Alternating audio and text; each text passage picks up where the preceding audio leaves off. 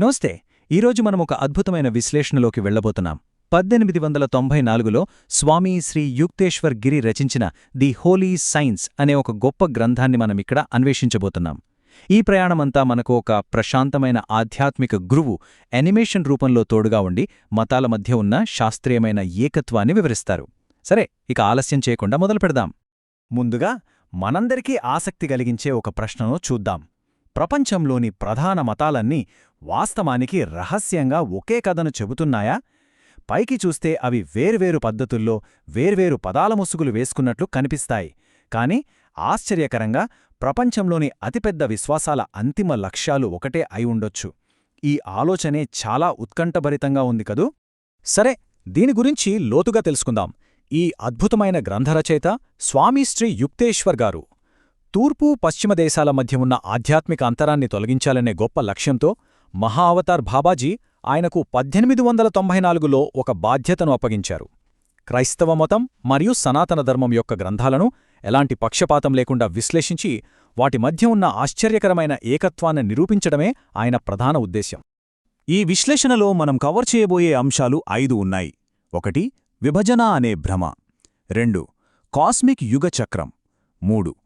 తూర్పు పశ్చిమాల ఏకత్వం. 4. అజ్ఞానాన్ని జయించడం. మరియు 5. కైవల్యానికి మార్గం. విభాగం 1. విభజన అనే భ్రమ, పదాల ముసుగులను తొలగించడం.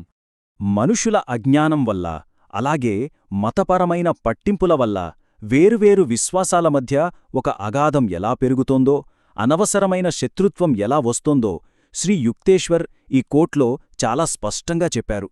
బాహ్యంగా అవి విభిన్నమైన పదాల ముసుగులతో కనిపించినప్పటికీ అన్నీ ఒకే ప్రాథమిక ఆధ్యాత్మిక సత్యాలను వ్యక్తపరుస్తాయని ఆయనంటారు. అంటే వాడిన పదాలు వేరవడం వల్లే ఈ అపార్థాలు వచ్చాయి తప్ప ఆ ముసుగులను తొలగిస్తే అన్ని మతాల వెనుక ఉన్నది ఆ ఒక్క సత్యమే. విభాగం 2. కాస్మిక్ యుగ చక్రం, మానవ చైతన్యం యొక్క ఖగోళ గడియారం.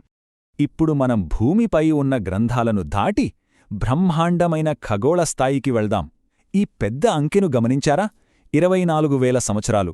మన సూర్యుడు విష్ణునాభి అనే ఒక విశ్వకేంద్రం చుట్టూ ఒక పూర్తి భ్రమణం చేయడానికి పట్టే సమయమిది. ఈ అపారమైన ఖగోళ చక్రం భౌతిక ప్రపంచంలోనే కాకుండా మనుషుల మేధో సామర్థ్యంలో కూడా చాలా లోతైన మార్పులను తీసుకువస్తుందని ఈ గ్రంథం చెబుతోంది. ఇక్కడ అత్యంత ఆసక్తికరమైన విషయమేమిటంటే ఈ 4 యుగాలకు సంబంధించిన ఖచ్చితమైన గణిత శాస్త్రం. ప్రాచీన కాలంలోనే వాళ్లు వేసిన లెక్కలు చూస్తే ఆశ్చర్యం కలగక మానదు. కాలానుగుణంగా ప్రతి యుగంతో పాటు మానవ మేధో సామర్థ్యం ఎలా మారుతుందో మనం చూడొచ్చు. కలియుగంలో మానవ మేధస్సు కేవలం పావువంతు మాత్రమే అభివృద్ధి చెంది ఉంటే, ద్వాపరలో సగం, త్రేతాలో 30 మరియు సత్యుగంలో మానవ చైతన్యం సంపూర్ణంగా అభివృద్ధి చెందుతుంది. మరి కాలక్రమంలో మనం ఎక్కడున్నాం? సాషా 500 సంవత్సరం దగ్గర ఒకసారి చూస్తే మానవ అవగాహన అత్యంత అట్టడుగు స్థాయికి పడిపోయింది. ఆ సమయంలోనే ప్రపంచమంతటా అజ్ఞానం ప్రబలింది. చరిత్రకారులు దీనిని చీకటి యుగం అంటారు కదా, అది ఇదే. అయితే అక్కడ నుండి మనం క్రమంగా పైకి ఎదుగుతూ వస్తున్నాం.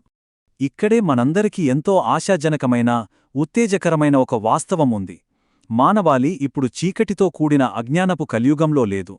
మనం ప్రస్తుతం ద్వాపరయుగంలో పైకి ఎదుగుతున్నాం. 1894లో ఈ పుస్తకం రాసే నాటికే ఈ ద్వాపరయుగంలో 194 సంవత్సరాలు పూర్తయ్యాయి. ఈ ద్వాపరయుగం అనేది ఒక శక్తుల యుగం కాబట్టే విద్యుత్, అణుశక్తి లాంటి సూక్ష్మశక్తులను అర్థం చేసుకోవడం, సాంకేతిక రంగాలలో వేగవంతమైన అభివృద్ధిని మనం ఇప్పుడు చూస్తున్నాం.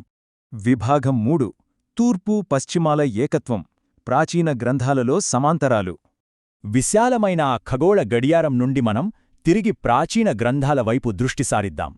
సనాతన ధర్మానికి, క్రైస్తవ గ్రంథాలకు మధ్య ఉన్న సామరస్యాన్ని ఇక్కడ అద్భుతంగా చూడొచ్చు. హిందూ సంప్రదాయంలోని ఓం లేదా శాశ్వత ఆత్మ అనే భావన, బైబిల్లోని బుక్ ఆఫ్ రివెలేషన్లో ప్రస్తావించిన పవిత్రాత్మ లేదా హోలీ ఘోష్తో అక్షరాలా ఎలా సరిపోలుతుందో ఇక్కడ స్పష్టమవుతుంది. 2 సంస్కృతులు వేర్వేరు భౌగోళిక ప్రాంతాలలో ఉన్నప్పటికీ అవి గ్రహించింది ఒకే సత్యాన్ని. విభాగం 4. అజ్ఞానాన్ని జయించడం, అవిద్యను అర్థం చేసుకోవడం. మరి విశ్వవ్యాప్తమైన ఈ దైవిక ఏకత్వాన్ని మనం గుర్తించకుండా అడ్డుకుంటున్నది ఏమిటి? అదే అవిద్య, అంటే అజ్ఞానం. మన కంటికి కనిపించే ఈ భౌతిక సృష్టి మాత్రమే నిజమని గుడ్డిగా నమ్మడమే ఈ అవిద్య. శాశ్వతమైన ఆత్మను వదిలేసి ఈ తాత్కాలిక భౌతిక ప్రపంచమే శాశ్వతమని భ్రమపడటం. మనం పడే భయాలకు, బాధలకు ఇదే మూల కారణం. వాస్తవానికి ఈ భౌతిక ప్రపంచమంతా శాశ్వతమైన ఆత్మపై ఆడుతున్న ఆలోచనల నాటకం మాత్రమేనని తెలుసుకోవాలి. విభాగం 5 కైవల్యానికి మార్గం ఆధ్యాత్మిక విధానం. ఈ భౌతిక అజ్ఞానం నుండి మానవ చైతన్యాన్ని ఉన్నత స్థాయికి చేర్చడానికి శ్రీ యుక్తేశ్వర్ ఒక ఖచ్చితమైన ఆధ్యాత్మిక విధానాన్ని ప్రతిపాదించారు. కైవల్యానికి మార్గం 3 స్పష్టమైన దశలుగా ఉంటుంది. మొదటిది తపస్సు, అంటే కష్టసుఖాలు ఏవి ఎదురైనా అన్ని పరిస్థితులలోనూ ఒకే సహనంతో ఉండటం. రెండవది స్వాధ్యాయం, తన గురించి తాను లోతుగా అధ్యయనం చేసుకోవడం. మరియు మూడవది అత్యంత పవిత్రమైన ప్రణవనాదం, అదేనండి ఓంకారంపై ధ్యానం చేయటం. ఇక్కడ అత్యంత కీలకమైన అంశం ఒకటుంది. ప్రాపంచిక సాధనలో మన అహాన్ని లేదా ఈ పరిమితమైన నేను అనే భావనను పూర్తిగా వదిలేయాలి. మన ప్రత్యేక అస్తిత్వాన్ని, మన స్వార్థాన్ని ఎప్పుడైతే త్యాగం చేస్తామో అప్పుడే ఆ విశ్వ ఆత్మతో ఒకే సంపూర్ణత్వంగా మనం మిళితం కాగలం. కైవల్యం అంటే ఏమిటో తెలిపే ఈ శక్తివంతమైన వాక్యాన్ని ఒక్కసారి గమనించండి. తన ఆత్మను విశ్వ ఆత్మతో, ఆ పరమసత్యంతో ఏకమైనట్లు గ్రహించినప్పుడు విముక్తి అంటే కైవల్యం లభిస్తుంది. కేవలం దైవిక కాంతిని ప్రతిబింబించే స్థాయిని దాటి ఆ విశ్వ ఆత్మతో పూర్తిగా ఏకమయ్యే స్థితికి చేరుకోవడమే కైవల్యం. ఇదే మనందరి ఆధ్యాత్మిక ప్రయాణం యొక్క అంతిమ లక్ష్యం. ఈ అద్భుతమైన విశ్లేషణను ముగించే ముందు ఒక ఆలోచింపజేసే ప్రశ్నను మన ముందుంచుకుందాం. కాస్మిక్ ద్వాపరయుగంలో జ్ఞానం, చైతన్యం పైకి ఎదుగుతున్న ఈ చారిత్రక తరుణంలో కైవల్యం వైపు సాగే మన స్వంత ఆధ్యాత్మిక ప్రయాణంలో మనం ఎక్కడ ఉన్నాం?